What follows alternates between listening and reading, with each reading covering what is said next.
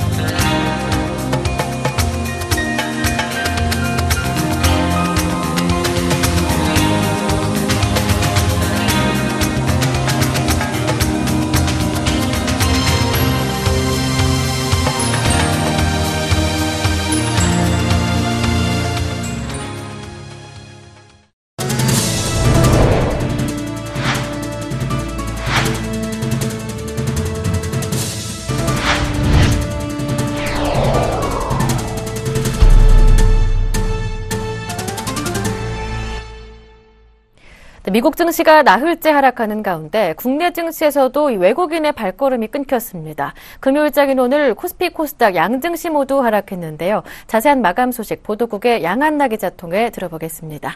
안녕하세요. 네, 안녕하세요. 네, 결국 오늘 코스피 지수가 2020도 지키지 못했다지요? 네, 오늘 코스피가 2020선을 이탈하며 하락 마감했습니다. 지수는 2거래일 연속 하락하면서 전날 대비 0.14% 내린 2019.80포인트의 거래를 마감했습니다. 어제에 이어 오늘도 외국인과 기관은 매도 행보를 이어갔습니다. 외국인이 941억 원을 매도했고 기관은 오늘도 투신권에서 1,382억 원의 물량이 쏟아져 나오면서 총 197억 원 순매도를 기록했습니다. 개인이 홀로 1,541억 원을 순매수하면서 지수의 추가 하락을 방어하는 모습이었습니다. 건설주는 장 초반 이번 AIIB 참여 결정의 대표적 수혜주로 꼽히며 상승세를 보였지만 이후 차익 실현 등이 이어지면서 1.96% 하락했습니다. 전기가스업, 운수창고와 비금속 광물도 1% 이상 하락했습니다. 반면 의료정밀은 1.13% 상승했고 유통업, 의약품 등도 강세를 보였습니다. 시가총액 상위 종목별로는 SK텔레콤, 네이버, 삼성 SDS, 신한지주 등은 오름세를 기록한 반면 삼성전자는 보합을 이루었고 현대차, SK하이닉스, 한국전력, 현대모비스, 포스코 등은 하락했습니다.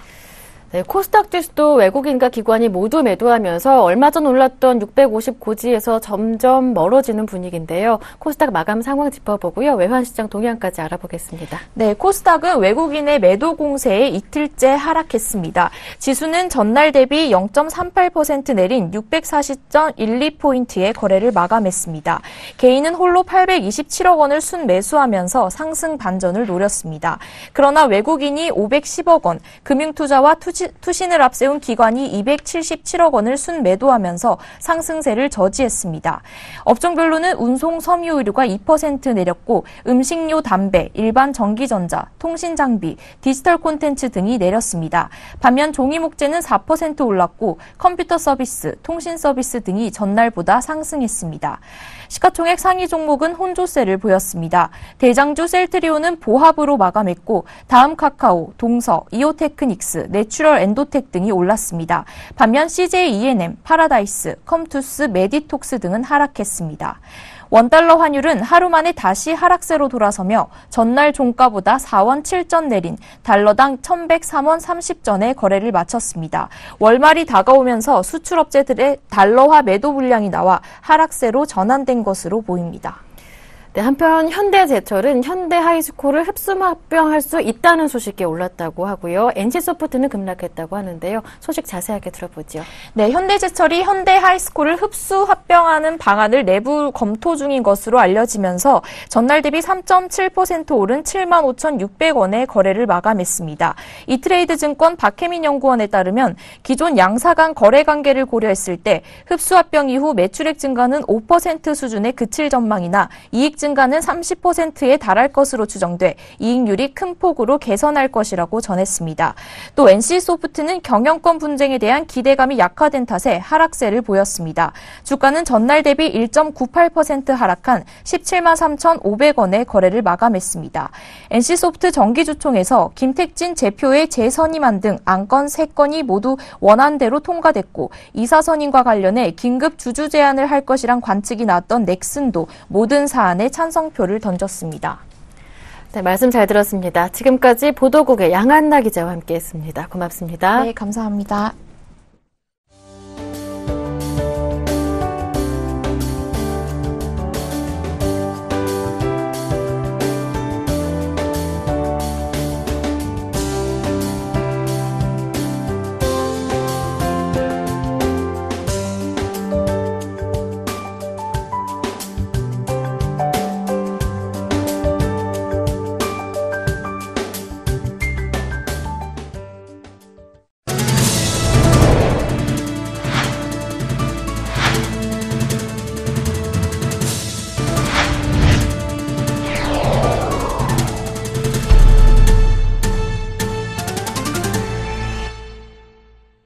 오늘의 주요 뉴스입니다. LG전자가 베트남 북부 항구 도시 하이퐁에 생산단지를 조성하고 글로벌 생산 거점으로 육성합니다. LG전자는 오늘 베트남 하이퐁에서 LG전자 베트남 하이퐁 캠퍼스 준공식을 열었습니다. LG전자는 협력회사와 함께 약 80만 제곱미터 규모 부지에 하이퐁 캠퍼스를 조성하고 2013년 하반기부터 2028년까지 15년간 약 15억 달러를 투자할 계획입니다. 하이퐁 캠퍼스에서는 TV, 휴대폰, 세탁기, 청소기, 에어컨 등을 생산하게 됩니다. LG전자는 베트남 내수 공급은 물론 원가 경쟁력을 앞세워 세계로 수출한다는 전략입니다. 이날 행사에는 쯔영던상 베트남 국가주석과 구본모 LG그룹 회장, 구본준 LG전자 부회장 등 관계자 400여 명이 참석했습니다. 구본준 LG전자 부회장은 환영사에서 하이퐁 캠퍼스가 성공적으로 자리 잡을 수 있도록 역량을 총집결시키고 글로벌 생산 경쟁력을 한층 강화해 나갈 것이라고 말했습니다. GS그룹이 오는 31일 출범 10주년을 맞습니다. 출범 당시 매출 23조 원, 자산 18조 7천억 원에서 2014년 잠정 매출 63조 3천억 원, 자산 58조 2천억 원으로 약 3배가량 외형 성장을 한 GS그룹은 앞으로의 10년을 글로벌 초인류 기업 구축을 위한 시간으로 정했습니다. 100년 기업을 위한 포석입니다. 허창수 GS 회장은 지난해 최고 경영자 전략회의에서 GS가 출범한 지 10년째 되는 해를 맞아 변화와 혁신을 통해 100년 장수 기업의 플랫폼을 마련하고 급변하는 경영 환경 속에서 초인류 기업으로 도약할 수 있는 토대를 구축해야 한다고 강조했습니다. 현재 GS의 주력인 에너지와 건설, 유통산업은 도전을 맞고 있습니다. 지난해 국제 유가 급락 등으로 실적 부진에 어려움을 겪었던 GS칼텍스는 고도화 시설 등 보유 시설을 활용해 현재의 어려운 상황을 극복하고 이를 바탕으로 수익성 제고와 재무 건전성을 회복해 나갈 계획입니다. GS건설은 2013년 6월 해외 저가 수주로 인한 어닝 쇼크로 위기를 맞은 후 단순한 외형 성장 전략에서 벗어나 수주 단가를 높이고 원가율은 낮추는 노력을 통해 지난해 하반기부터 흑자 기조를 이어가고 있습니다. GS는 앞으로 지속적인 연구개발 투자를 통해 경쟁력 있는 원천 기술을 확보하고 체계적인 리스크 관리와 인재 육성으로 장수기업 토대를 구축해 나갈 방침입니다. 어제 SK텔레콤이 지난 1월 불법 보조금 지급을 주도한 이유로 7일간 신규 모집 금지와 235억 원의 과징금 처분을 받았습니다. 방송통신위원회가 불법 보조금 영업에 대해 SK텔레콤 측에 강력한 제재 조치를 취한 건데요. 증권사에서는 오히려 SK텔레콤의 실적 개선과 주가 상승을 전망했습니다. 어찌 된 일일까요? 한지희 기자가 보도합니다. 방송통신위원회는 어제 SK텔레콤이 유통점에 판매 장려금을 과하게 지급해 시장 과열을 주도했다는 이유로 일주일간의 신규 가입자 모집 금지 처분과 235억 원의 과징금 처분을 내렸습니다. 조사를 거부하거나 방해한 31개 유통점에도 각각 150만 원의 과태료를 부과했습니다. 이번 영업정지로 과징금과 가입자 이탈에 대한 손실을 합한 SK텔레콤의 비용은 약 500억 원. 그런데 방통위의 이 같은 징계 결정에도 SK텔레콤 주가는 오늘 0.18% 올랐습니다. 지난 2013년 7월 KT가 일주일 동안 단독 영업정지 제재를 받았을 때도 발표 전 하락한 주가가 이후 상승한 모습을 보였습니다. 지난 한 10년 동안 통신시장에서는 수도 없이 많은 영업정지가 있었거든요.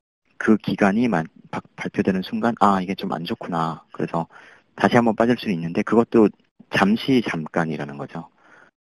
증권가에서는 중징계에도 불구하고 SK텔레콤의 주가에 악재가 되지 않을 뿐더러 오히려 호재라는 분석이 지배적입니다. 이번 방통위의 강력 제재로 통신 3사의 경쟁이 완화돼 판촉 비용이 줄어드는 게 주된 이유입니다. 갤럭시 S6가 4월 10일경 출시된다고 하는데 보통 통신사들이 좀 과열 경쟁을 벌이는 경우가 종종 있었거든요. 앞으로는 아주 짧은 기간이라도 보조금 경쟁이 일어났을 경우는 바로 제재가 가해진다라는 의지를 또 보여준 거죠. 그래서 경쟁이 일어나기 쉽지 않을 거다라고 보는 겁니다. 전문가들은 마케팅 경쟁의 완화로 통신 3사의 실적이 함께 개선될 가능성이 크다고 보고 있습니다. 단톡법 시행 이후 첫 단독 제재라는 점과 갤럭시 S6 출시를 목전에 둔 시점이라는 점에서 SK텔레콤에는 부정적인 이슈지만 보조금에 대한 마케팅 모니터링은 한층 강화돼 이통시장 과열 양상은 점차 낮아질 것으로 보입니다. 서울경제TV 한지희입니다. 상장지수 채권 ETN이 거래를 시작한 지 4개월 남짓한 시간이 지났습니다. 그동안 ETN은 양적으로 큰 성장을 보였지만 아직 해결해야 할 문제들도 많이 남아있는데요. 이보경 기자가 ETN의 현재와 미래를 짚어봤습니다. ETN 시장은 지난해 11월 17일 첫 선을 보인 후 안정화되고 있습니다. ETN이란 기초지수의 변동과 수익률이 연동되도록 증권회사가 발행한 파생결합 증권으로 주식과 같이 거래소에 상장돼 손쉽게 사고 팔 수 있는 채권입니다. 한국거래소에 따르면 20일 기준 하루 거래 대금은 15억 원에 달합니다. ETN 시장이 처음 개장한 지난해 11월 17일에 비해 크게 증가한 수치입니다.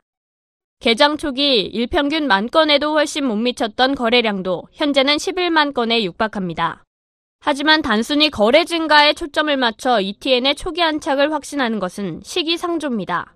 거래 규모가 개별 증권사에서 한시적으로 시행하는 이벤트의 영향에 크게 좌우되고 있고 종목별 쏠림 현상이 심각한 것으로 보이기 때문입니다. 한국거래소에 따르면 3월 24일 종목별 거래대금에서 삼성증권과 한국투자증권에서 내놓은 펄펙스 유럽 고배당 주식 ETN과 트루코스피 선물매수 콜매도 ETN, 트루코스피 선물매도 풋매도 ETN이 전체 거래대금의 94%에 달합니다. 현재까지 문제점이라고 한다고 하면은 일부 종목에 대한 쏠림 현상이 좀 나타나고 있는데요. 이런 현상들은 좀 다양한 상품이 상장되고 그리고 ETN 시장에 대한 인지도가 높아지면은 자연스러이 해소되리라고 기대합니다. 한국거래소는 어제 ETN 정착을 위해 ETF, ETN을 활용한 글로벌 자산 배분 전략 세미나를 열고 새로운 상장지수 증권 50종을 연내 추가로 상장할 것이라고 말했습니다. ETN은 그동안 거래량과 거래 대금을 늘려오며 외형을 불려왔습니다.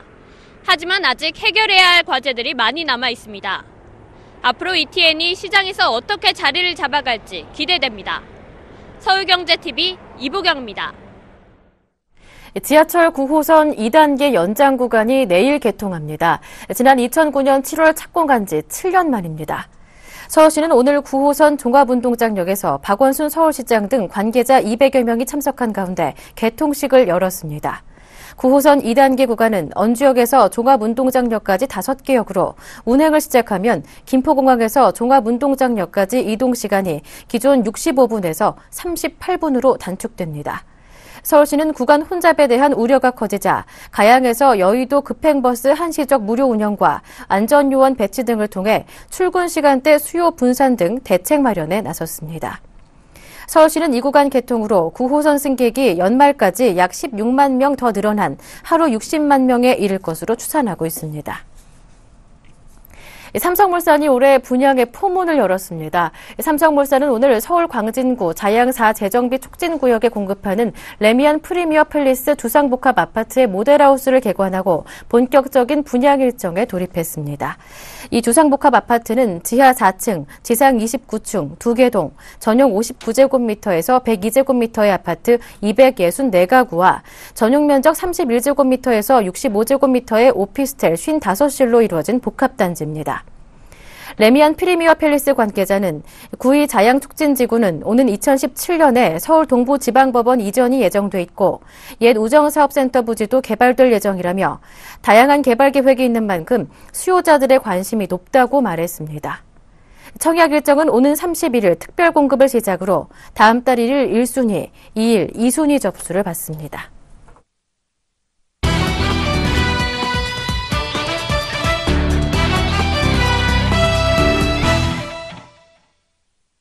현대자동차는 지난해 LF 소나타를 출시한 이후 하이브리드와 터보 등 하나의 차종에 무려 5가지 모델을 선보이고 있습니다.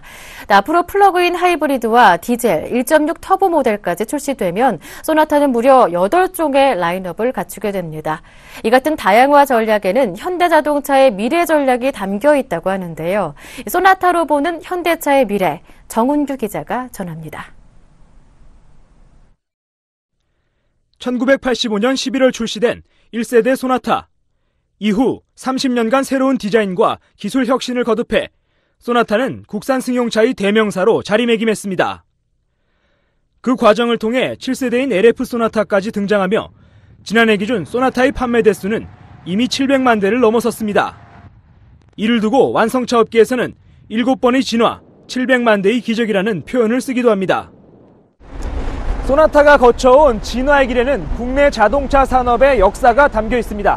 기술 발전과 글로벌 경쟁을 통해 성능도 높아졌지만 최근에는 그 종류도 다양해지고 있습니다. 현대차는 7세대인 LF 소나타에 여러 형태의 파워트레인을 적용해 출시하고 있는데요. 고연비, 고성능, 친환경이라는 글로벌 자동차 업계 트렌드에 맞춰 소나타가 또 한 번 진화의 길을 걷고 있는 것입니다. 지난해 출시된 7세대 LF 소나타는 현재까지 5가지의 파워트레인 모델로 출시됐습니다.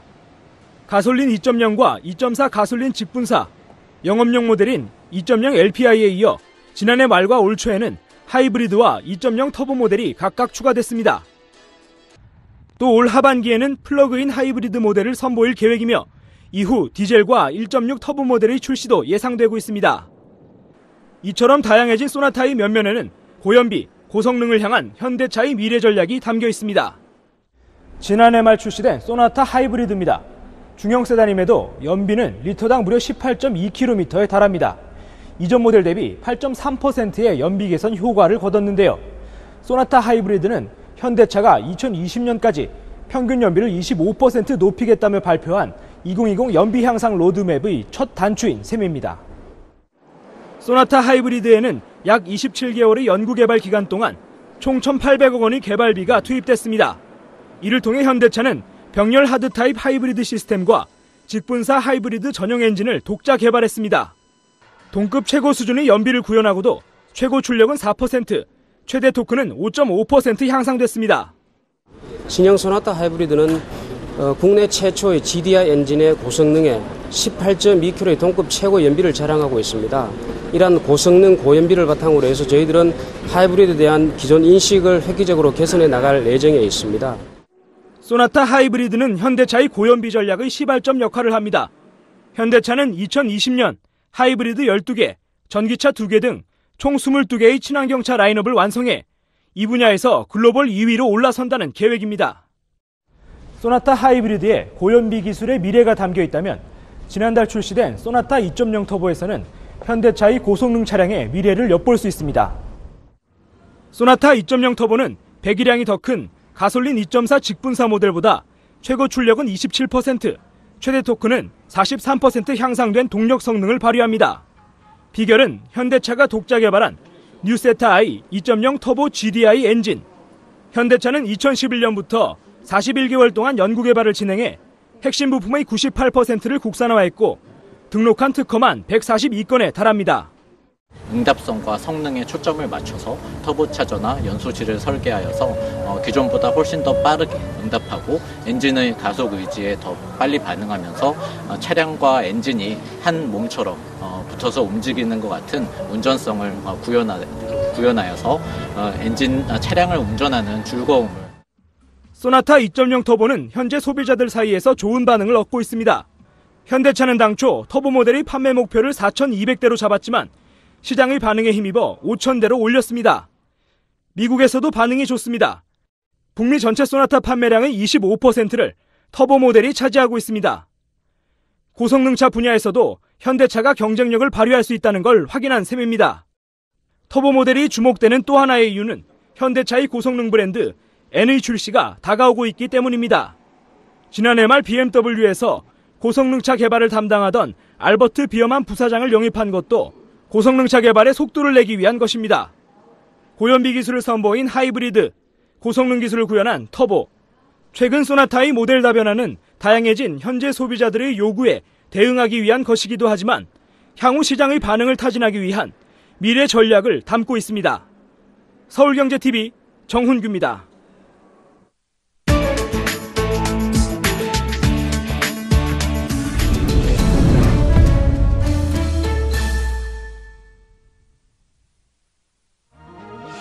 지난달 그리스 기업과 가게가 은행권에 예치한 자금 규모가 최근 10년 사이 최저 수준을 기록해 대규모 예금 인출, 이른바 뱅크런 재발 우려가 나오고 있다고 파이낸셜 타임스가 보도했습니다.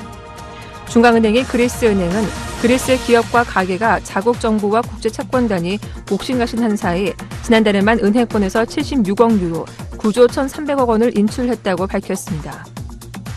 이에 따라 지난달 그리스 은행권의 예금 잔고는 1,405억 유로, 168조 원을 기록해 최근 10년 사이 최저 수준으로 축소됐습니다.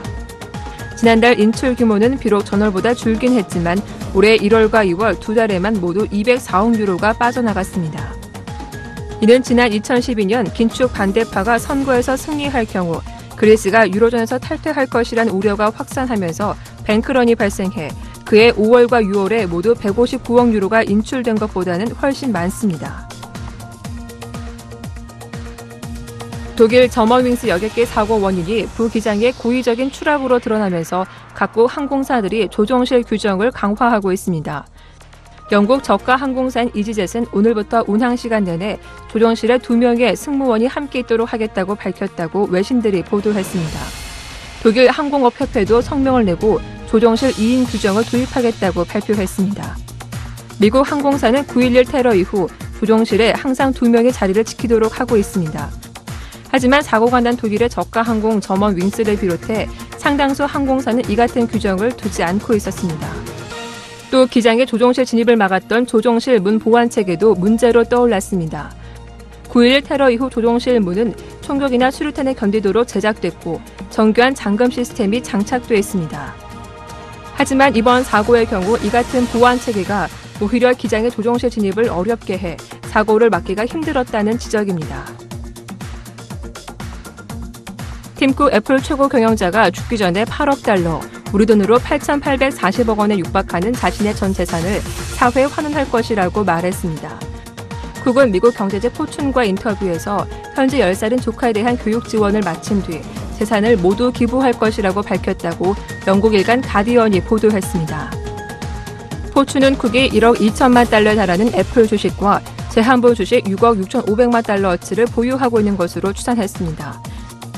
제한부 주식은 일정한 조건을 붙여 회사 직원에게 보수로서 지급하는 미등록 주식을 뜻합니다.